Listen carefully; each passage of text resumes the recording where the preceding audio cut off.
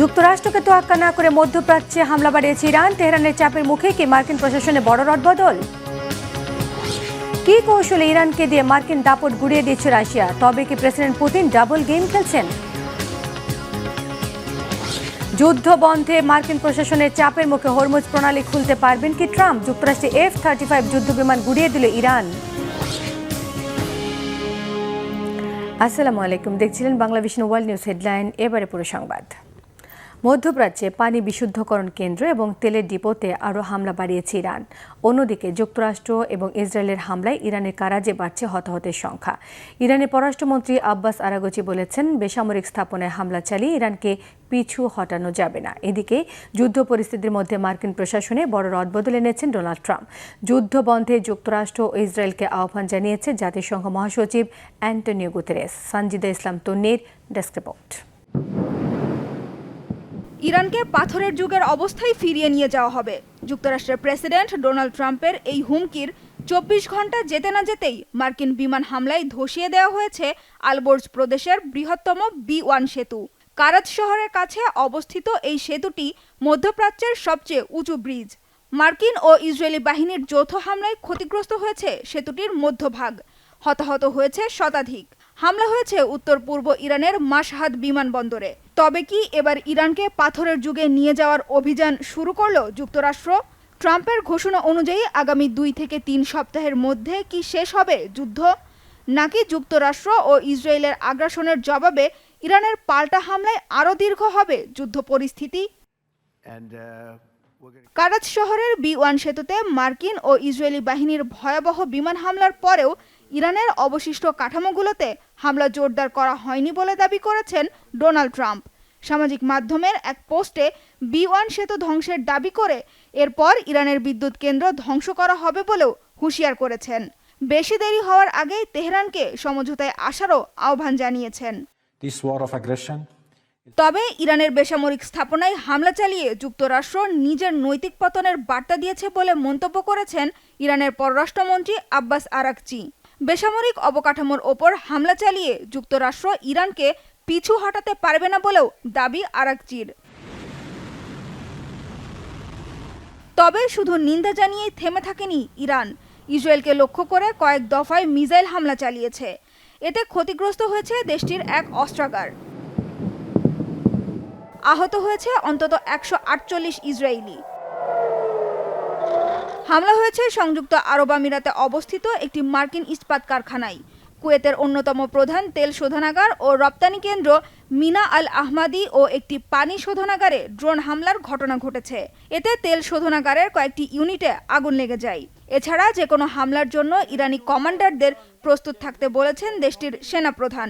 যুক্তরাষ্ট্র ইরানের স্থল অভিযান শুরু করলে যেন কোনো মার্কিন সেনা জীবিত ফিরতে না পারে সেনাবাহিনীকে এমন নির্দেশও দিয়েছেন।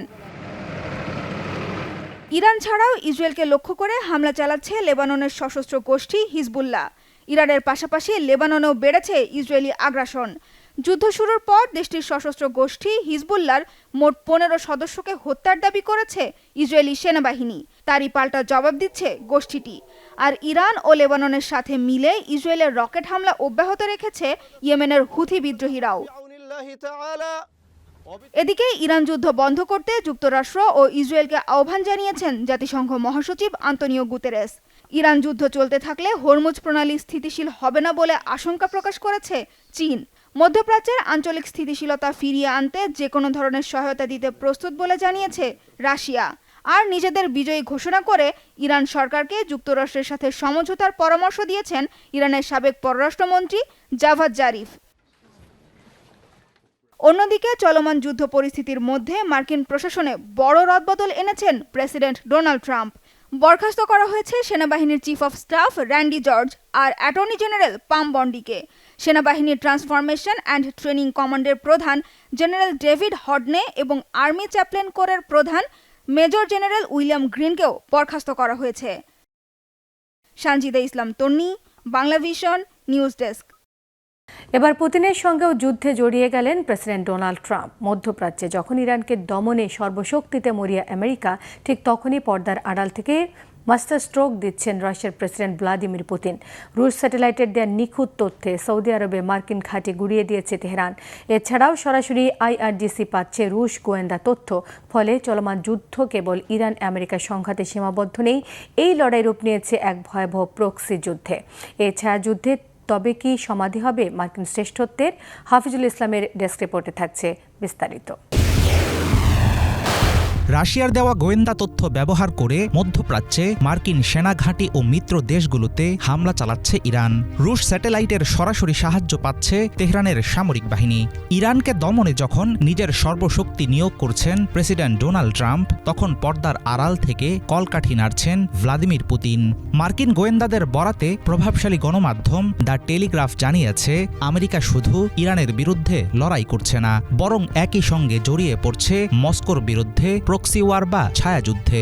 রাশিয়ার দেওয়া এক একটি গোয়েন্দা তথ্য ওয়াশিংটনের জন্য হয়ে দাঁড়াচ্ছে চরম বিপদের কারণ। এর জেরে প্রশ্ন উঠেছে, ট্রাম্পকে কি সত্যিই ধোঁকা দিচ্ছেন পুতিন? দ্বিতীয়বার হোয়াইট হাউসে ফেরার পর থেকে পুতিনের প্রতি প্রেসিডেন্ট ট্রাম্পের এক ধরনের নমনীয়তা দেখা গিয়েছিল।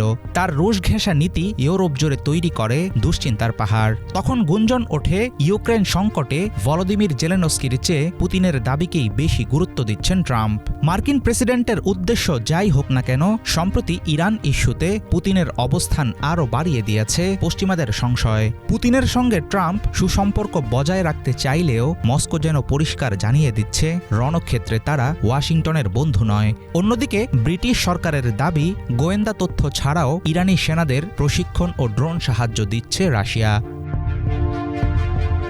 বিশ্বমঞ্চে আমেরিকার একক আধিপত্যকে ধুলোয় মিশিয়ে দিতে ইরান এখন রাশিয়ার সবচেয়ে কার্যকর তুরুপের তাস। চলমান সংঘাতে পর্দার আড়াল থেকে দেয়া পুতিনের প্রতিটি চাল অত্যন্ত হিসেবি। মস্কো এবং তেহরান প্রতিরক্ষা চুক্তিতে আবদ্ধ থাকলেও ইরানের পারমাণবিক উচ্চাকাঙ্ক্ষাকে পুরোপুরি সমর্থন করেন না পুতিন। কিন্তু তিনি ঠিকই চান ইরানকে ব্যবহার করে আমেরিকার বৈশ্বিক প্রভাব কমিয়ে দিতে। ফলে ইরান যদি চলমান যুদ্ধে যুক্তরাষ্ট্রের মতো পরাশক্তিকে ঠেকিয়ে দিতে পারে, তাহলে সহজেই প্রমাণ হবে মার্কিন সামরিক শ্রেষ্ঠত্বের দিন শেষ। সৌদি আরবের প্রিন্স সুলতান বিমান ঘাঁটিতে ইরানের সাম্প্রতিক ভয়াবহ ড্রোন ও মিসাইল হামলায় রাশিয়ার সরাসরি সম্পৃক্ততার প্রমাণ পাওয়া গেছে বলে খবর প্রকাশিত হয়েছে। অত্যাধুনিক রুশ স্যাটেলাইট থেকে পাঠানো ছবি দেখে নিখুঁত নিশানায় ইরান ধ্বংস করেছে কোটি কোটি পাউন্ড মূল্যের মার্কিন রাডার ও জ্বালানি বিমান। এই হামলায় 15 জন মার্কিন সেনা আহত হওয়ার ঘটনা ট্রাম্প প্রশাসনের জন্য এক বিশাল চপেটাঘাত। জানা গেছে, এই ঘটনার পেছনে রুশ গোয়েন্দা সহায়তাই ছিল মূল চাবিকাঠি। বিশ্লেষকেরা বলছেন, রাশিয়ার চোখ দিয়ে মার্কিন বাহিনীকেই লক্ষ্যবস্তু বানাচ্ছে ইরান। রুশ প্রেসিডেন্ট ভ্লাদিমির পুতিন সত্যিকার অর্থে ওয়াশিংটনের সঙ্গে কোনোরকম সমঝোতা চান না, বরং তিনি সুযোগ খুঁজছেন ইউক্রেন ও ইরানে মার্কিন পরিকল্পনা নস্যাৎ করার। ইরান যুদ্ধে পূর্ণাঙ্গ জয় নিশ্চিত করতে হলে মস্কোর বিরুদ্ধেও শক্ত অবস্থান নিতে হবে প্রেসিডেন্ট ট্রাম্পকে। অবশ্য এছাড়া আমেরিকার সামনে আর কোনো সহজ পথ খোলা নেই। তবে পুতিনের শুরু করা প্রক্সি ওয়ার ও তেহরানের মরণ কামড় না ঠেকাতে পারলে মধ্যপ্রাচ্যের বালিতেই হয়তো হবে মার্কিন শ্রেষ্ঠত্বের চূড়ান্ত সমাধি। হাফিজুল ইসলাম, বাংলাভিশন। আবারও যুক্তরাষ্ট্রের অত্যাধুনিক F-35 যুদ্ধ বিমান ভূপাতিত করার দাবি করেছে ইরান। দেশটির আধা সামরিক বাহিনী IRGC বলছে, মধ্য ইরানের আকাশে হামলা চালিয়ে বিমানটি সম্পূর্ণ ধ্বংস করা হয়েছে। বিমানটি পুরোপুরি ছিন্ন বিচ্ছিন্ন হয়ে যাবার কারণে পাইলটের পরিণতি এখনও যায়নি। গেল মাসেও F-35 যুদ্ধ বিমানে হামলার দাবি করে ইরান। এদিকে মার্কিন প্রেসিডেন্ট ট্রাম্প বলেছেন, আরও কিছুটা সময় পেলে যুক্তরাষ্ট্র হরমুজ প্রণালী খুলে দিতে পারে। ইরান কি যুক্তরাষ্ট্রকে সেই সময় দেবে? মুর্শিদ আলমের ডেস্ক রিপোর্টে থাকছে বিস্তারিত। আবারও যুক্তরাষ্ট্রের অত্যাধুনিক F-35 যুদ্ধ বিমান ভূপাতিত করার দাবি করেছে ইরান। যুক্তরাষ্ট্রের গর্বের এই যুদ্ধ বিমানটির মূল্য 80 থেকে 110 মিলিয়ন মার্কিন ডলারের মধ্যে, বাংলাদেশি টাকায় প্রায় 980 কোটি থেকে 1350 কোটি টাকার মতো। দেশটির আধা সামরিক বাহিনী IRGC জানিয়েছে, এটি তাদের ভূপাতিত করা দ্বিতীয় মার্কিন F-35। আইআরজিসি নিয়ন্ত্রিত ফার্স্ট নিউজ এজেন্সির টেলিগ্রাম পোস্টে বলা হয়, মধ্য ইরানের আকাশে উড়ন্ত অবস্থায় যুদ্ধবিমানটিকে লক্ষ্য করে হামলা চালানো হয়। এতে সেটি সম্পূর্ণ ধ্বংস হয়ে যায়। মাটিতে ছড়িয়ে ছিটিয়ে পড়ে বিমানটির ধ্বংসাবশেষ। পোস্টে আরও জানানো হয়, ভয়াবহ আঘাতে বিমানটি মারাত্মকভাবে ক্ষতিগ্রস্ত হওয়ায় পাইলটের কোনো তথ্য তাৎক্ষণিকভাবে পাওয়া যায়নি। বিধ্বস্ত হওয়ার সময় শক্তিশালী বিস্ফোরণ ঘটে, ফলে পাইলটের বেরিয়ে আসার কোনো সুযোগ ছিল না বলেই ধারণা করা হচ্ছে। এর আগেও যুক্তরাষ্ট্রের আরেকটি শক্তিশালী নজরদারি বিমান ভূপাতিত করেছিল ইরান। এদিকে এই ঘটনায় এখনো কোনো আনুষ্ঠানিক প্রতিক্রিয়া জানায়নি মার্কিন সেন্ট্রাল কমান্ড। তবে এর আগে একই ধরনের একটি দাবি সরাসরি নাকচ করেছিল তারা। F-35 যুক্তরাষ্ট্রের অন্যতম অত্যাধুনিক ও ব্যয়বহুল যুদ্ধবিমান, যা রাডারে সহজে ধরা পড়ে না। এমন সক্ষমতার জন্যই বিশ্বজুড়ে পরিচিত ও আলোচিত বিমানটি। মোরশেদ আলম, বাংলা ভিশন। ভৌগোলিকভাবে বিশ্বের দুই প্রান্তে অবস্থান হলেও ইউক্রেন এবং ইরান ক্রমেই একে অপরের সঙ্গে যুদ্ধে জড়িয়ে পড়ছে বলে মনে করছেন আন্তর্জাতিক বিশ্লেষকরা। ইউক্রেন প্রস্তাব দিয়েছে শাহেদ ড্রোন ঠেকাতে মধ্যপ্রাচ্যে আরও কার্যকর সাশ্রয়ী প্রযুক্তি এবং বিশেষজ্ঞ দেবে তারা। এছাড়া চলতি যুদ্ধে সমুদ্রপথেও সহযোগিতার প্রস্তাব দিয়েছে ইউক্রেনের প্রেসিডেন্ট ভলোদিমির জেলেনস্কি। মীর ফজলের আব্দি ডেস্ক রিপোর্টে বিস্তারিত। ভৌগোলিক মানচিত্রে ইউক্রেন আর ইরানের দূরত্ব হাজার মাইলের, মাঝে পাহাড়, মরুভূমি আর সমুদ্রের ব্যবধান। কিন্তু সময়ের বিবর্তনে দেশ দুটির সংঘাত আজ এক বিন্দুতে এসে মিলেছে। একদিকে ইউরোপের সমতলে রুশ আগ্রাসনের দীর্ঘ লড়াই, অন্যদিকে মধ্যপ্রাচ্যে ইরানকে ঘিরে ইসরায়েল ও যুক্তরাষ্ট্রের সামরিক তৎপরতা। আপাতদৃষ্টিতে এই দুই রণক্ষেত্র বিচ্ছিন্ন মনে হলেও আন্তর্জাতিক রাজনীতির জটিল সমীকরণে যুদ্ধ দুটির ভবিষ্যৎ এখন এক অদৃশ্য সুতোয় গাঁথা। সময় যত গড়াচ্ছে দুটি যুদ্ধের গতিপথ ক্রমেই জড়িয়ে যাচ্ছে বলে ধারণা করছেন বিশ্লেষকেরা। 2 এপ্রিল এ বিষয়ে একটি বিশ্লেষণধর্মী প্রতিবেদন প্রকাশ করে ব্রিটিশ সংবাদ মাধ্যম দ্য গার্ডিয়ান। বিশ্লেষণে বলা হয়, ইউরোপ ও মধ্যপ্রাচ্য জুড়ে অস্থিরতার একটি বিস্তৃত ধারা সৃষ্টি হচ্ছে। 2022 সালের সেপ্টেম্বর থেকে ইরানের তৈরি শাহেদ ড্রোন ব্যবহার করে ইউক্রেনে হামলা শুরু করে রাশিয়া, আর এবার তেহরানের প্রতি সেই সহযোগিতার প্রতিদান দিচ্ছে মস্কো। গত 28 ফেব্রুয়ারি থেকে যুক্তরাষ্ট্র ও ইসরায়েলের সঙ্গে শুরু হওয়া যুদ্ধে ইরানকে গোয়েন্দা তথ্য, লক্ষ্য নির্ধারণে সহায়তা এবং ড্রোন সরবরাহে রাশিয়ার সহায়তার খবর পাওয়া গেছে।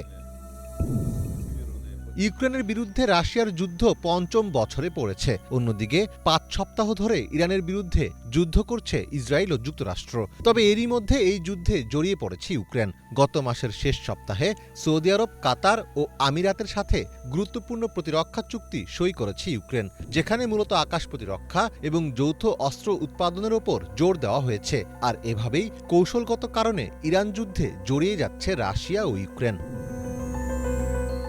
মধ্যপ্রাচ্যের দেশগুলো ইরানের সস্তা শাহেদ ড্রোন ঠেকাতে গিয়ে নিজেদের দামি আকাশ প্রতিরক্ষা ব্যবস্থা খরচ করে ফেলছে। ইউক্রেন প্রস্তাব দিয়েছে শাহেদ ড্রোন ঠেকাতে আরও কার্যকর ও সাশ্রয়ী প্রযুক্তি এবং বিশেষজ্ঞ দিবে তারা। বিনিময়ে তাদের প্রতিরক্ষা সহায়তা দিতে হবে। এছাড়া সমুদ্র পথেও ইউক্রেন সহযোগিতা করতে প্রস্তুত বলে জানিয়েছেন দেশটির প্রেসিডেন্ট ভলোদিমির জেলেনস্কি। হরমুজ প্রণালীর বর্তমান পরিস্থিতি এবং সেখানে জাহাজ চলাচলের স্বাধীনতা নিয়ে সৃষ্ট সমস্যাগুলো নিয়ে আলোচনার জন্য অংশীদারদের সাথে এক ভার্চুয়াল বৈঠকে অংশ নিয়েছেন ইউক্রেনের পররাষ্ট্রমন্ত্রী আন্দ্রি সিবিকা। সামগ্রিক বিশ্ব পরিস্থিতি এবং বৈশ্বিক নিরাপত্তার জন্য এটি অত্যন্ত গুরুত্বপূর্ণ একটি বিষয়। সমুদ্রপথ রক্ষা এবং সামুদ্রিক যান চলাচল পুনরায় সচল করার বিষয়ে ইউক্রেনের যথেষ্ট অভিজ্ঞতা ও কারিগরি দক্ষতা রয়েছে। আমাদের অংশীদাররা যদি পদক্ষেপ নিতে প্রস্তুত থাকে, তবে আমরা আমাদের সেই অভিজ্ঞতা, জ্ঞান এবং প্রযুক্তিগত সক্ষমতা কাজে লাগিয়ে কিভাবে তাদের সহায়তা করা যায় তা গুরুত্বের সাথে বিবেচনা করব। বিশেষজ্ঞদের মতে ইউক্রেন ও ইরানের যুদ্ধ এখন একটি বিস্তৃত ভূ রাজনৈতিক সংকটের অংশ হয়ে উঠছে। দুই যুদ্ধের মধ্যে একটি সংযোগ দিন দিন প্রকট হচ্ছে, যা বিভিন্ন দেশকে দুটি ভিন্ন সংঘাতের সঙ্গে জড়িয়ে ফেলছে। এর প্রভাব শুধু সংশ্লিষ্ট অঞ্চলে সীমাবদ্ধ থাকছে না, বরং বিশ্ব রাজনীতির সামগ্রিক গতিপথকেই নতুনভাবে নির্ধারণ করছে। মীর ফজলে রাব্বি, বাংলা ভিশন। সমুদ্রের গভীরে ৩ দশকের এক অবিশ্বাস্য বন্ধুত্ব জাপানের এক ডুবুরি এবং একটি বিশাল মাছের। ৩০ বছর আগে আহত অবস্থায় একটি মাছকে বাঁচিয়েছিলেন ডুবুরি হিরোইকি আরাকাওয়া। এরপর থেকে প্রতিবার ডুব দিলে মাছটি তার কাছে ছুটে আসে, তাকে ঘিরে সাঁতার কাটে, খাবার নেয়, এমনকি আদরও করে। মানুষ এবং প্রাণীর এই বন্ধুত্ব মুগ্ধ করেছে নেট দুনিয়াকে। বিস্তারিত থাকছে মোর্শেদ আলমের ডেস্ক রিপোর্টে। ৩ দশক ধরে সমুদ্রের গভীরে মানুষ আর মাছের মধ্যে তৈরি হয় অবিশ্বাস্য এক বন্ধুত্ব। মানুষ আর প্রাণীর বন্ধুত্বের গল্প নতুন নয়, তবে সমুদ্রের গভীরে ৩০ বছরের এমন সম্পর্ক সত্যি অবিশ্বাস্য। জাপানের এক ডুবুরি ও একটি বিশাল মাছের বন্ধুত্ব মুগ্ধ করেছে সবাইকে। জাপানের চিবা প্রিফেকচারের তাতেইমাইয়া উপকূলের কাছে শিন্তোগিচ এলাকায় নিয়মিত ডুব দেন ডুবুরি হিরোইকি আরাকাওয়া। প্রায় ৩০ বছর আগে দায়িত্ব পালন করতে গিয়ে সমুদ্রের নিচে একটি আহত মাছ দেখতে পান। এশীয় শিপশেট রেশ প্রজাতির সে মাছটিকে উদ্ধার করে খাইয়ে দাইয়ে সুস্থ করে আবার সমুদ্রে ছেড়ে দেন তিনি। সেখান থেকে শুরু হয় তাদের বন্ধুত্বের গল্প।